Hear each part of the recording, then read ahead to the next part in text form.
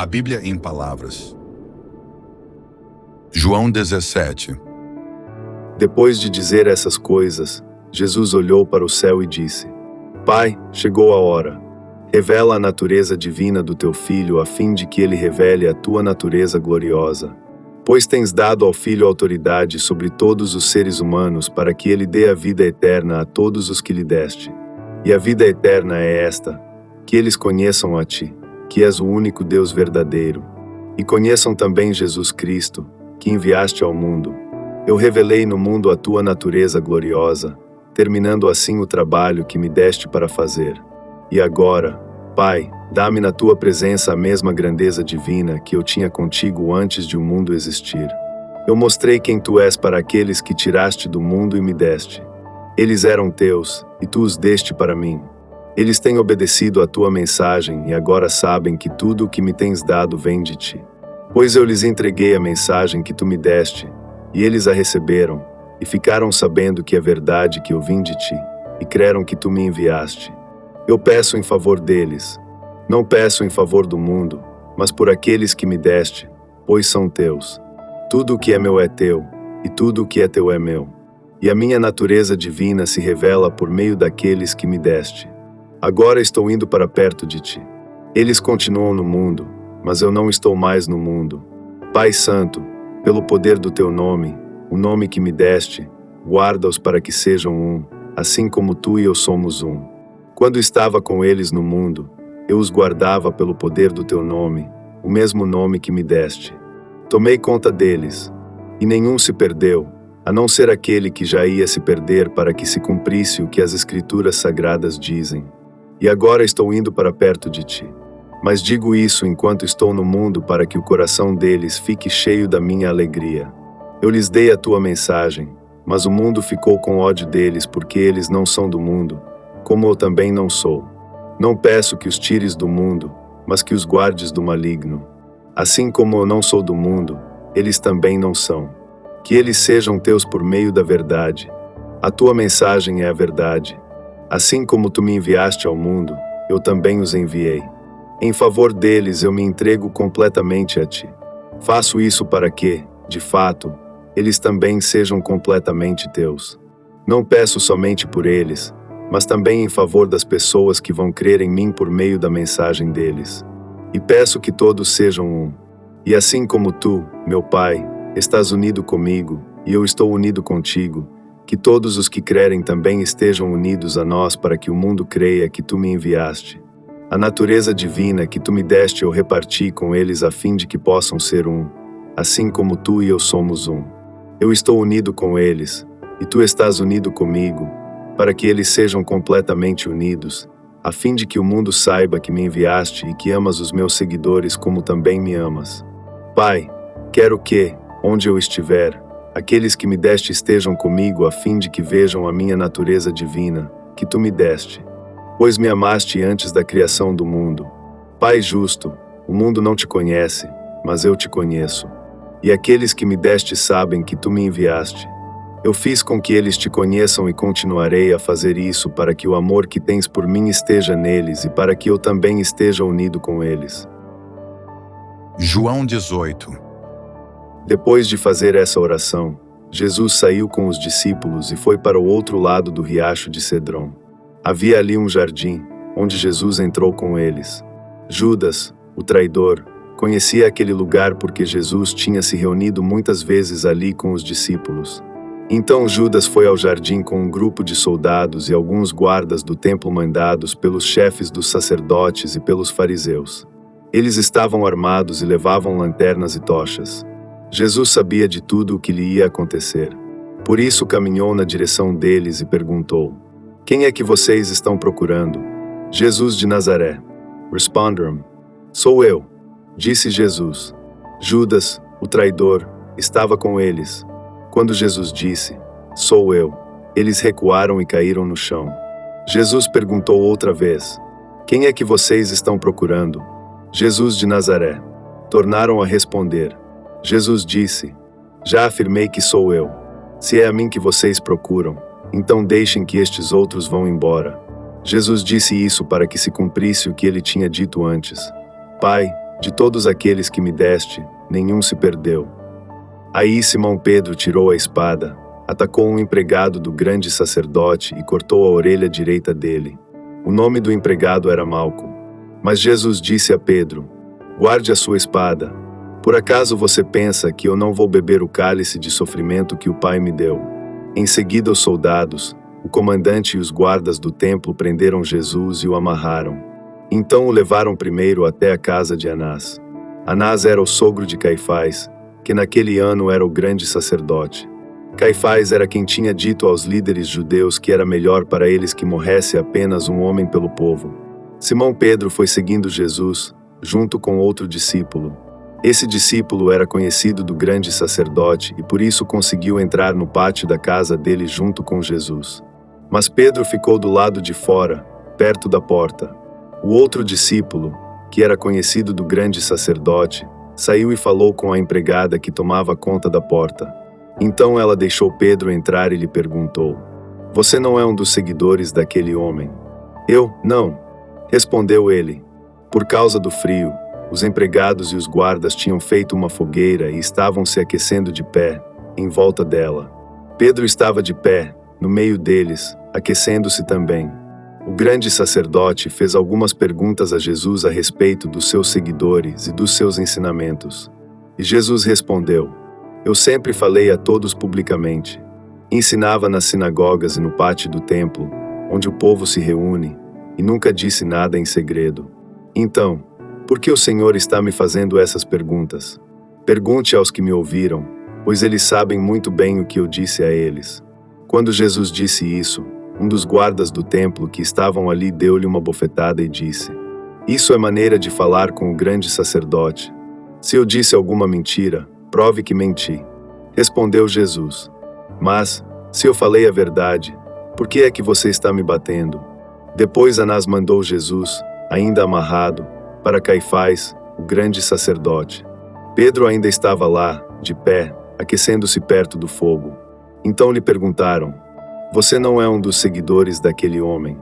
Não, eu não sou. Respondeu ele. Um dos empregados do grande sacerdote, parente do homem de quem Pedro tinha cortado a orelha, perguntou: será que eu não vi você com ele no jardim? E outra vez Pedro disse que não. E no mesmo instante o galo cantou. Depois levaram Jesus da casa de Caifás para o palácio do governador romano. Já era de manhã cedo. Os líderes judeus não entraram no palácio porque queriam continuar puros, conforme a religião deles, pois só assim poderiam comer o jantar da Páscoa. Então o governador Pilatos saiu, foi encontrar-se com eles e perguntou: que acusação vocês têm contra este homem? Eles responderam: o Senhor acha que nós lhe entregaríamos este homem se ele não tivesse cometido algum crime? Pilatos disse: levem este homem e o julguem vocês mesmos, de acordo com a lei de vocês. Então eles responderam: nós não temos o direito de matar ninguém. Isso aconteceu assim para que se cumprisse o que Jesus tinha dito quando falou a respeito de como ia morrer. Pilatos tornou a entrar no palácio, chamou Jesus e perguntou: você é o rei dos judeus? Jesus respondeu: esta pergunta é do Senhor mesmo, ou foram outras pessoas que lhe disseram isso a meu respeito? Por acaso eu sou judeu? Disse Pilatos. A sua própria gente e os chefes dos sacerdotes é que o entregaram a mim. O que foi que você fez? Jesus respondeu: o meu reino não é deste mundo. Se o meu reino fosse deste mundo, os meus seguidores lutariam para não deixar que eu fosse entregue aos líderes judeus. Mas o fato é que o meu reino não é deste mundo. Então você é rei? Pergunta Pilatos. É o Senhor que está dizendo que eu sou rei. Respondeu Jesus: foi para falar da verdade que eu nasci e vim ao mundo. Quem está do lado da verdade ouve a minha voz. O que é a verdade? Pergunta Pilatos. Depois de dizer isso, Pilatos saiu outra vez para falar com a multidão e disse: não vejo nenhum motivo para condenar este homem. Mas, de acordo com o costume de vocês, eu sempre solto um prisioneiro na ocasião da Páscoa. Vocês querem que eu solte para vocês o rei dos judeus? Todos começaram a gritar: não, ele não. Nós queremos que solte Barrabás. Acontece que esse Barrabás era um criminoso. João 19. Aí Pilatos mandou chicotear Jesus. Depois os soldados fizeram uma coroa de ramos cheios de espinhos e a puseram na cabeça dele e o vestiram com uma capa vermelha. Chegavam perto dele e diziam: Viva o Rei dos Judeus! E davam bofetadas nele. Aí Pilatos saiu outra vez e disse para a multidão: Esquiram, vou trazer o homem aqui para que vocês saibam que não encontro nenhum motivo para condená-lo. Então Jesus saiu com a coroa de espinhos na cabeça e vestido com a capa vermelha. Vejam, aqui está o homem, disse Pilatos. Quando os chefes dos sacerdotes e os guardas do templo viram Jesus, começaram a gritar: Crucifica! Crucifica! Vocês que o levem e o crucifiquem. Eu não encontro nenhum motivo para condenar este homem. Repetiu Pilatos. A multidão respondeu: Nós temos uma lei, e ela diz que este homem deve morrer porque afirma que é o Filho de Deus. Quando Pilatos ouviu isso, ficou com mais medo ainda. Entrou outra vez no palácio e perguntou a Jesus: De onde você é? Mas Jesus não respondeu nada. Então Pilatos disse: Você não quer falar comigo? Lembre que eu tenho autoridade tanto para soltá-lo como para mandar crucificá-lo. Jesus respondeu: O Senhor só tem autoridade sobre mim porque ela lhe foi dada por Deus. Por isso aquele que me entregou ao Senhor é culpado de um pecado maior. Depois disso Pilatos quis soltar Jesus. Mas a multidão gritou: Se o Senhor soltar esse homem, não é amigo do imperador. Pois quem diz que é rei é inimigo do imperador. Quando Pilatos ouviu isso, trouxe Jesus para fora e sentou-se no tribunal, no lugar chamado Calçada de Pedra. Em hebraico o nome desse lugar é Gabatá. Era quase meio-dia da véspera da Páscoa. Pilatos disse para a multidão: Aqui está o rei de vocês. Mas eles gritaram: Mata! Mata! Crucifica! Então Pilatos perguntou: Querem que eu crucifique o rei de vocês? Mas os chefes dos sacerdotes responderam: O nosso único rei é o imperador. Então Pilatos entregou Jesus aos soldados para ser crucificado, e eles o levaram. Jesus saiu carregando ele mesmo a cruz para o lugar chamado Calvário. Em hebraico o nome desse lugar é Gólgota. Ali os soldados pregaram Jesus na cruz. E crucificaram também outros 2 homens, um de cada lado dele. Pilatos mandou escrever um letreiro e colocá-lo na parte de cima da cruz. Nesse letreiro estava escrito em hebraico, latim e grego: Jesus de Nazaré, Rei dos Judeus. Muitas pessoas leram o letreiro porque o lugar em que Jesus foi crucificado ficava perto da cidade. Então os chefes dos sacerdotes disseram a Pilatos: Não escreva, Rei dos Judeus. Escreva: Este homem disse: Eu sou o Rei dos Judeus. O que escrevi, escrevi. Responde Pilatos.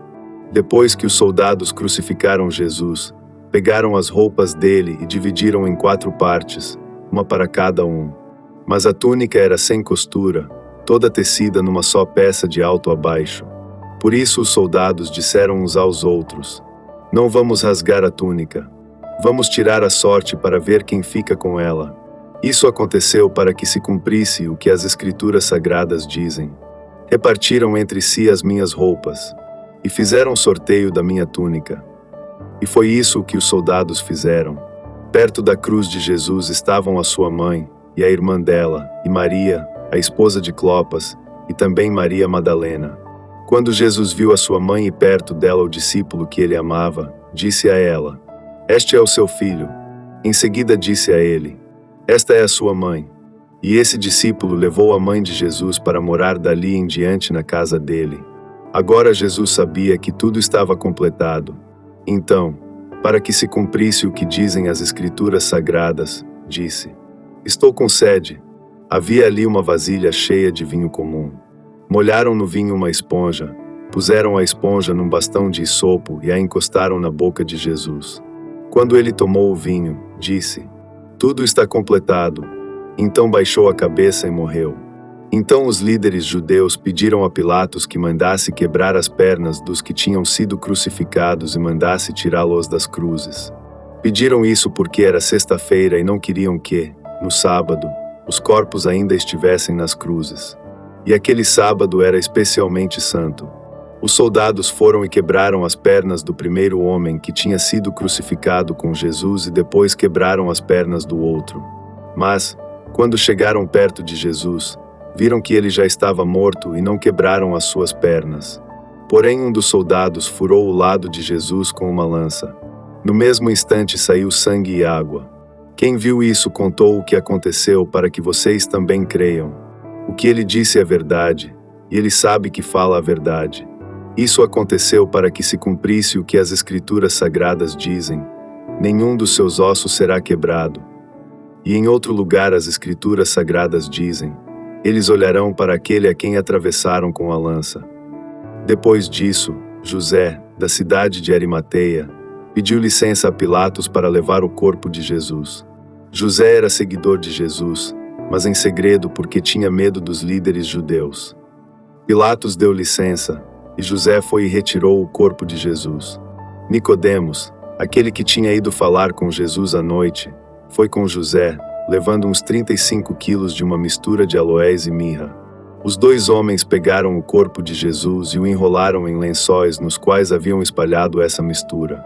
Era assim que os judeus preparavam os corpos dos mortos para serem sepultados. No lugar onde Jesus tinha sido crucificado havia um jardim com um túmulo novo onde ninguém ainda tinha sido colocado. Puseram ali o corpo de Jesus porque o túmulo ficava perto e também porque o sábado dos judeus ia começar logo.